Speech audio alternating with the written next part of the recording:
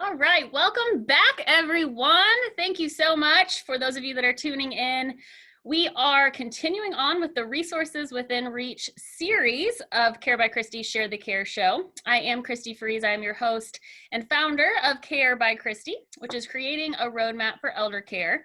And each and every Thursday, I'm bringing on a favorite resource of mine to share with all of you so that you can get to know them better, be able to reach out when the need arises, and have a face and a story to the name that you're reaching out to.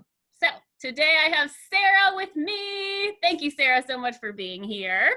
Thank you for having me, Christy. I'm very excited. Yay, me too. You're so welcome. So a lot of you have been following along and you kind of know how this goes, but if you are new, you can always catch our replays. If you're not able to tune in here live, you're always able to catch the replays on YouTube, all your favorite podcast platforms. You can just search Share the Care. It's all one word.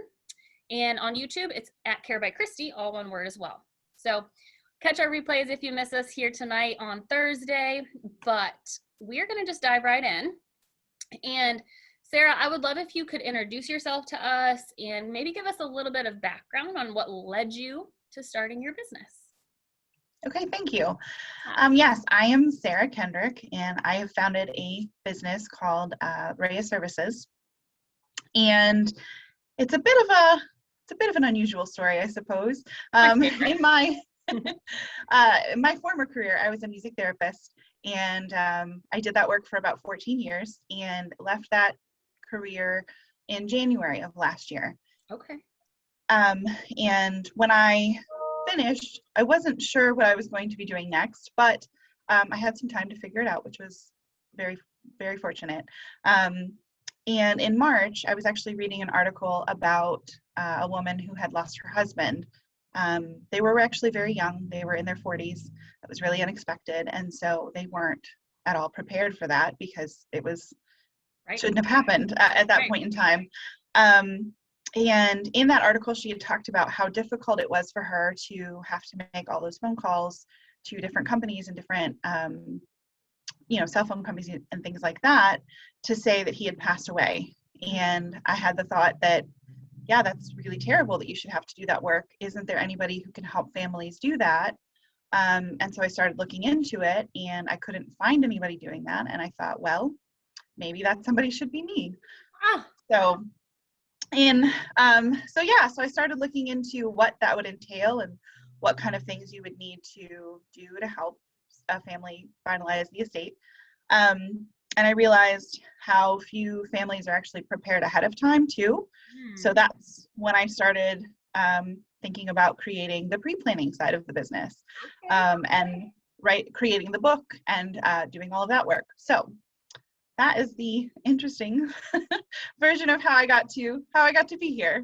I love the music therapist component of that also. I think that's a super interesting and really helpful, helpful background, even if it doesn't actually go hand in hand. Like you're not providing music therapy now, but the essence and the energy in which you do this process is similar, I feel. So definitely, there are a lot of lessons that I learned in doing that work and a lot of skills that I developed that absolutely carry over, even though it's a completely different field now. So yeah, it's so interesting just how those things kind of accumulate for us, and then they just show up and we know how to do something because we've kind of already done it. Awesome. Well, can you tell us what RHEA Services stands for also? Absolutely, yes. So as I was considering the work and what I wanted to do, naming a business is really tricky. Yes, and you have to really consider what it is that you want to represent and how you want to present yourself. And so I had come up with the acronym of relief, healing, empathy, and advocacy. And so I want to bring to families some of that relief and healing while working with empathy and advocacy on their behalf. So it seemed to fit what I'm trying to do. Yes, I love that. I also have an acronym name as well. So it is tough. It's really, and I go back and forth still where I'm like, should Christie have been in there? But then I love that it's in there and it's me. So it makes sense. It does. It does. Well, so I would love if you could tell us, and I know we're going to get a little bit further down into the actual process of the pre-planning with you and my experience going through a little bit of it as well. So I'm excited to talk about that. But I think we should dispel some myths kind of right out the gate and talk about who this is for, and maybe that it's not just for older adults. Absolutely. Yeah, it's something that anybody who exists should really consider. Yes, all the people. Well, it seems like that's such a broad span. If you think about it, none of us have any guarantees, and unfortunately, we don't make it out. Everyone passes, and the kind of things that we leave behind are our legacy of what we had created while we were here. In a lot of arenas, not just in this, of course, but in the way we lived our lives and the things that we valued and what we did. Yeah. And so I really see this as something that everyone should be prepared with, just because it can make things so much easier on your loved ones who are left behind. So I have worked with people who are in their 30s. I've worked with people who are in their 40s. I've worked with some older folks as well, but I really see the need for all kinds of people in all sorts of life stages. You know, possibly someone who's single, lives alone, who doesn't have somebody who's in their space to know what kinds of things would need to be taken care of. But yeah, it's just something that I really feel everyone should do in some manner. It doesn't have to be with me, but I think that it's a wonderful thing to leave behind. It's a gift for those really that you leave behind in a way to care for them, just by making things really clear. Yeah. And it's a way to continue caring for them when you're not here any longer. You know, I think that's a beautiful way to state that, is that you're really leaving a gift. And it's, if done at all, I'm not even saying done perfectly, because I don't think that probably exists, but even done well, or even started, that's going to set your family up to succeed far beyond what it would be if you had nothing prepared. And absolutely. we can even just quickly talk about my experience. And I am 30, and I did the first section of your pre-planning workbook course program. And I still had many unknowns in my own in my own initial process that I just don't have immediate access to. So if something were to happen to me later today or tomorrow, well, now it's in a book with you, but previously to that, nobody would have any idea where to locate those things. And right. There are tons of free resources to do it on your own, and you also offer some resources. Is that correct? I do. Yeah, I actually, I have a book for purchase on my website. So you can get that book there. And the benefit of what I've created is it's actually a fillable PDF. So it is something that doesn't take up much space physically, because you can actually store it on a flash drive. And it's editable. Just change it. As far as I know, forever. Probably not really forever, but into the future. So as things change, there's no having to cross out or white out of a physical book. You can actually just go in and edit that book at any point in time. And I've tried to really streamline the process. So you can get the book, you can do it on your own, but I think that I bring a streamlined process, certainly, because I know why these things matter. I've done the research, I've looked into it. I can give you some examples and help you really understand why this might matter, and just offer some perspective and helping you start some of those conversations with your families. And then also accountability. It's a scheduled time. We have it in the books. I'm going to work with you on this, and when we're done, this is going to be entirely filled out, unless you chose not to share certain information, which is totally fine. Sure. But yeah, it's after those sessions, it's done until something changes. So two things that came up while you're saying that, you also do a follow-up call or a touch base say 6 months down the road, like, hey, just a little gentle reminder, you may want to edit that PDF. You may want to update some of those things. And the little nuggets of kind of examples that you gave to me during my session, I was like, oh my God, what do the turtles eat? I don't know. I'm like, oh, I better go look at some of this stuff up. But even just like, if I were to go to the hospital and what that setting might feel or look like and how to make me the most comfortable and those that are caring for me set up for the best success, that just blew my mind. So good for you for adding all of those little personal touches in there. Makes a difference. Yeah, I've really tried to think through and do research and really understand what information might be needed in a lot of different situations, because obviously everybody's going to have different situations that come up in their lifetime.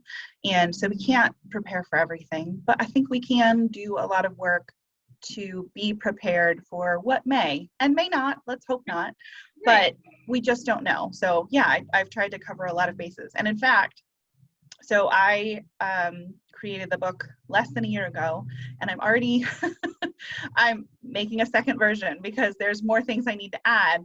And I've realized as I've done the work with people, there are some things that I need to include. So it's going to be, it's something that's ever evolving. Yes. Yep, exactly. My roadmap is going through version 2.0 right now. I'm trying to create a course around version 2.0 so that I can have a little bit more of an interactive feel. So I think it's just something that's going to continue, like you said too, as you work with people and as you hear people say, oh man, I need to think about this, or that would be really awesome to add. You can add it, and that's a benefit for the collective. Like that's the overall purpose in this. And it's continued to come up almost every single Thursday and I think that's the benefit of having resources within reach, but it's being proactive versus reactive. And I think you kind of mentioned it at the beginning, where once someone's passed or once a crisis happens, you're kind of in like oh crap. And to be the family member that has to continuously tell that same story, it doesn't feel very good. So being proactive versus being reactive is a continuing theme. Yes. Well, and I think it just makes all the difference, because if you can plan ahead for some of those things and you've already thought it through, you've already thought through what you might want or what you might wish, or how you'd like for something to go, you don't have to try and respond in that moment because you've already considered it. Right.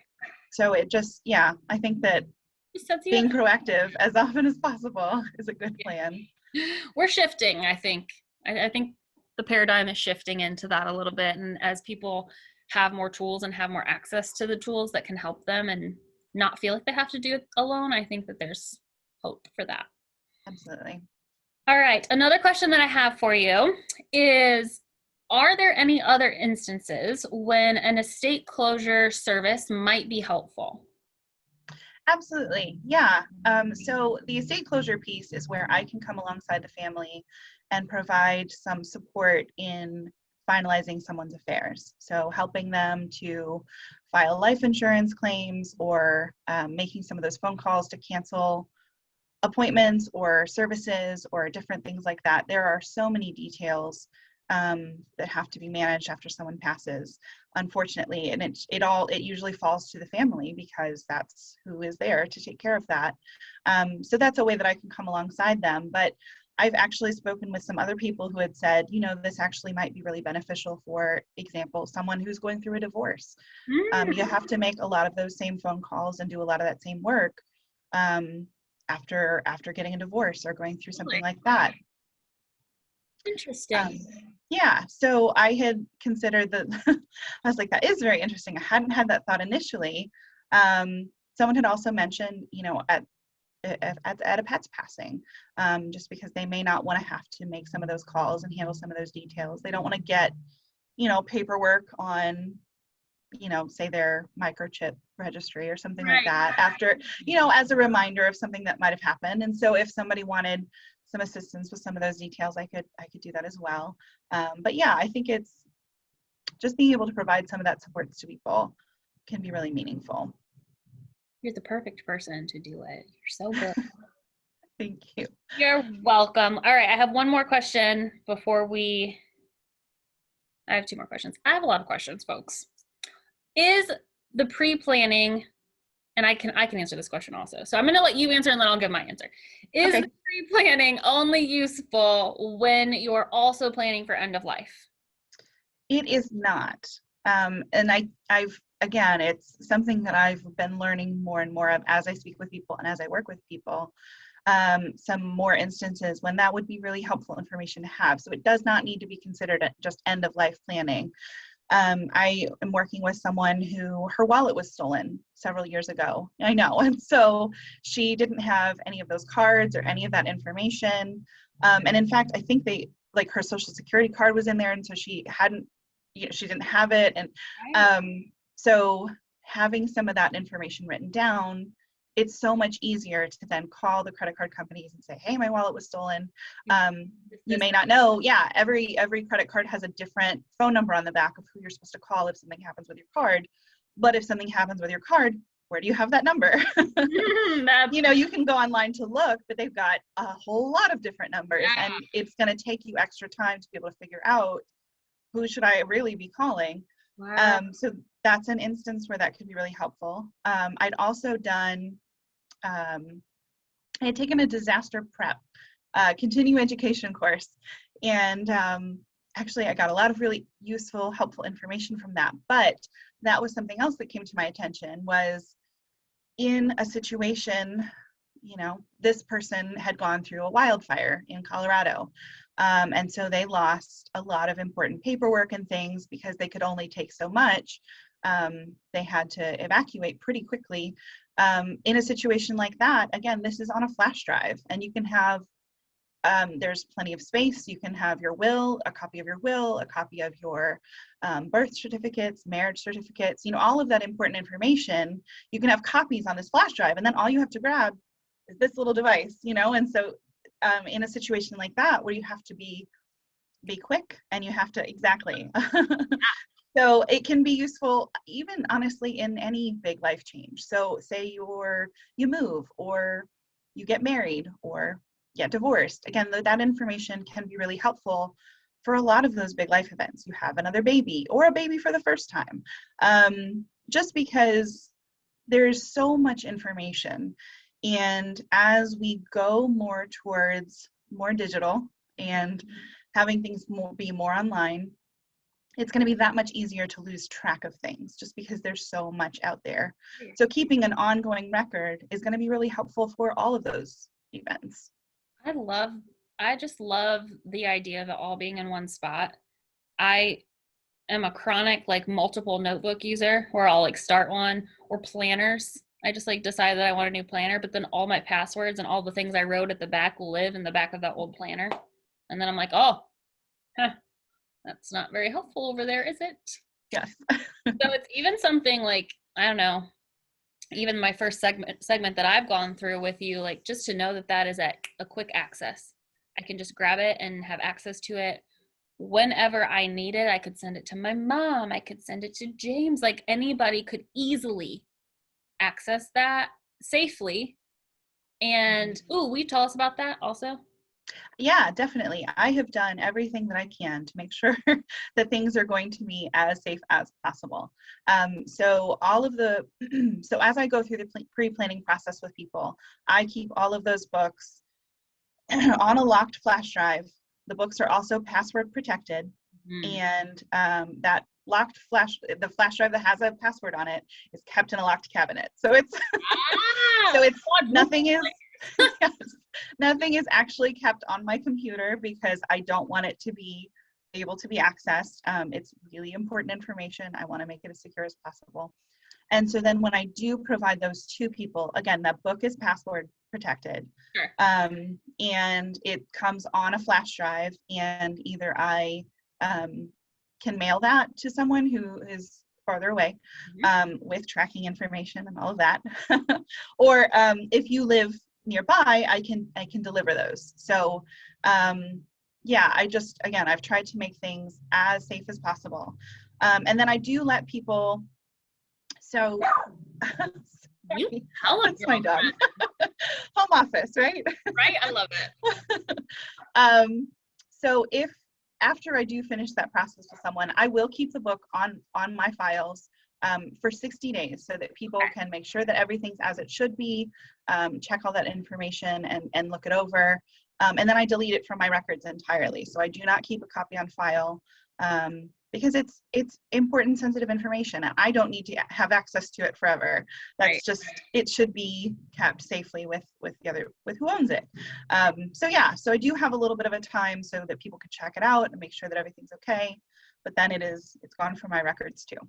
Awesome. I love that. So I know we've kind of touched on it a couple times, but I would love if you could kind of walk us through just maybe a bird's eye view of what that process looks like from kind of the initial reach out, a consultation, like what's that process look like to work with you?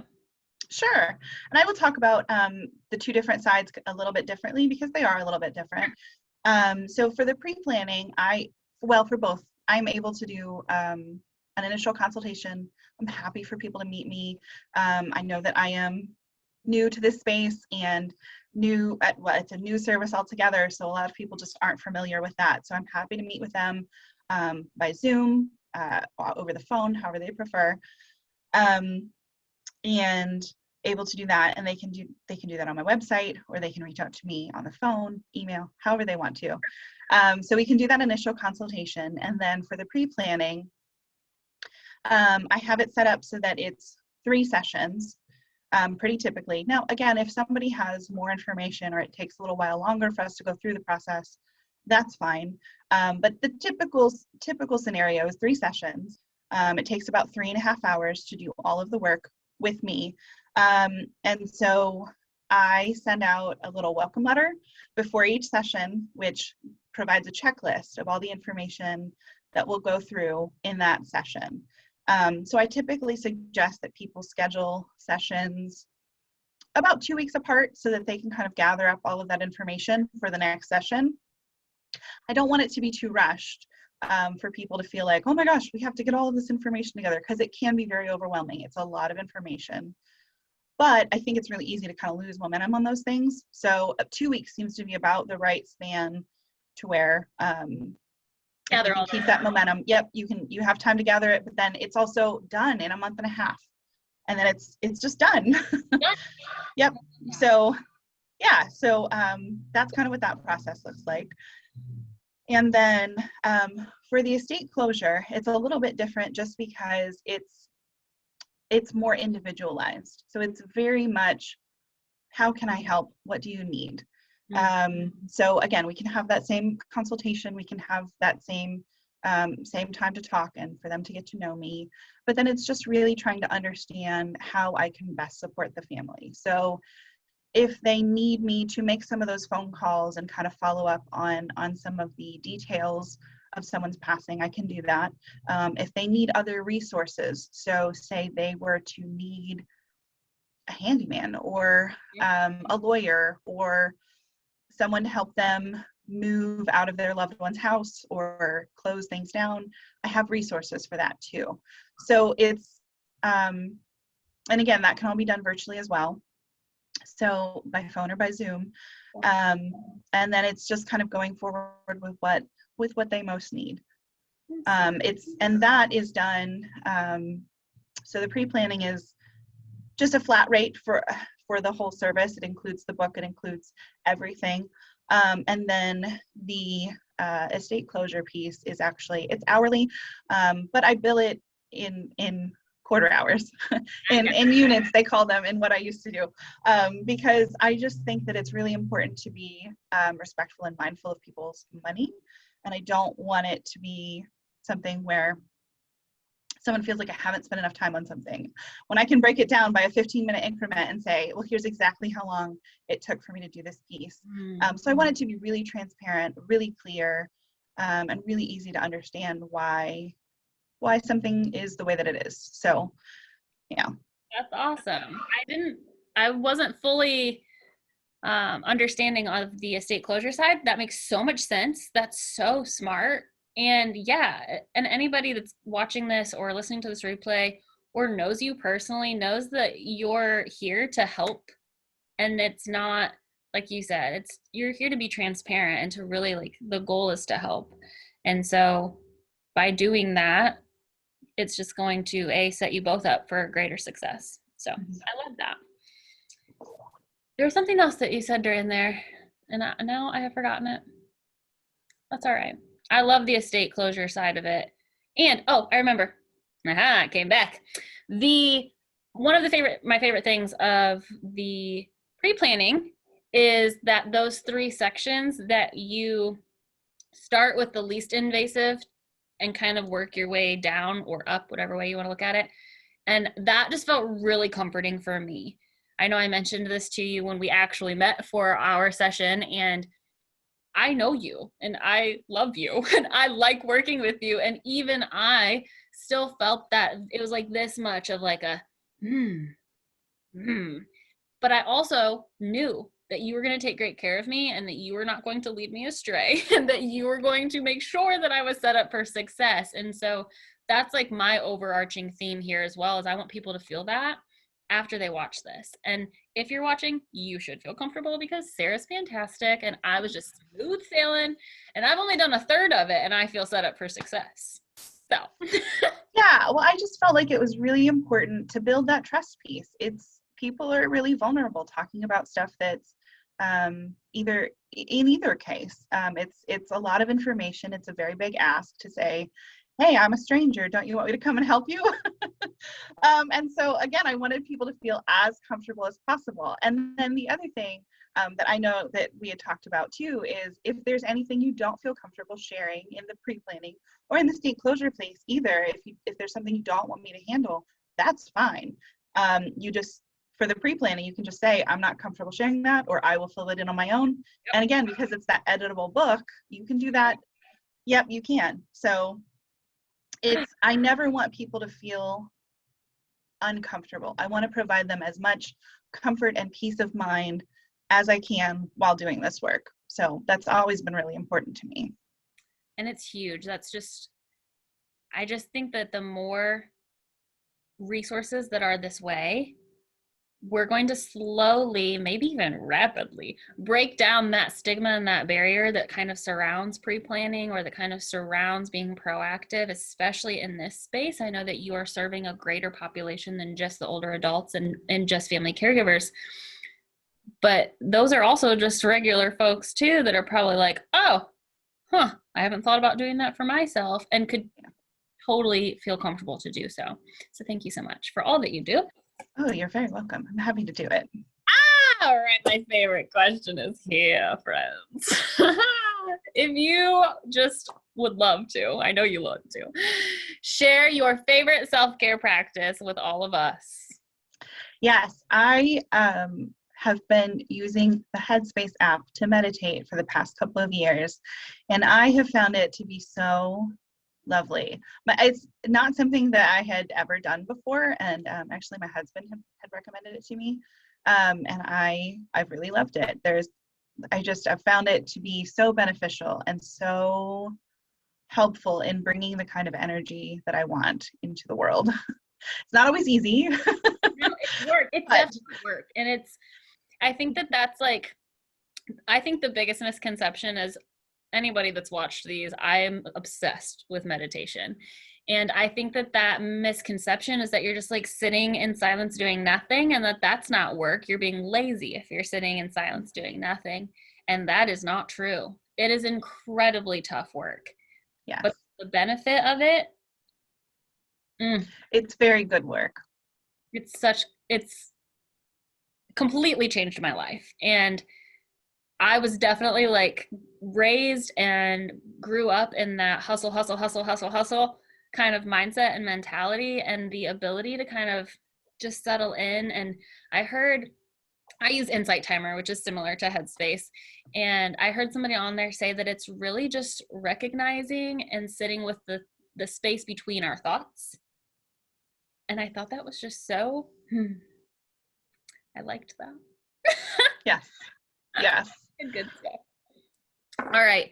Is there any final things that we've maybe forgot to mention or that you would love to share?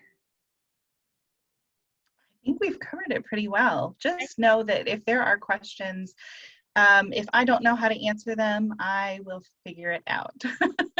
So I just hope that people feel comfortable reaching out and starting to ask some of those questions and having some of those conversations, even on their own with their own loved ones. I just think it's so important that we start to have that conversation, have that chat. Don't let it be a mystery. Don't assume that everybody else knows what you would have wanted or that you know what they want. I think that the better we can be educated, the better off we all are. So Absolutely. And if you just heard that back and you were like, I don't know what I want, you're an amazing person to reach out as well, because that's kind of where I found myself. And it really has helped shift a lot of things for me. So I appreciate you for taking the time and doing the first section with me.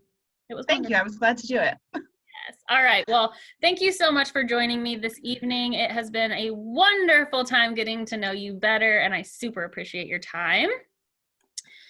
And that's all, folks. I will see you all next week. Bye, Sarah. Bye. Thank you, Christy. You're welcome. Bye.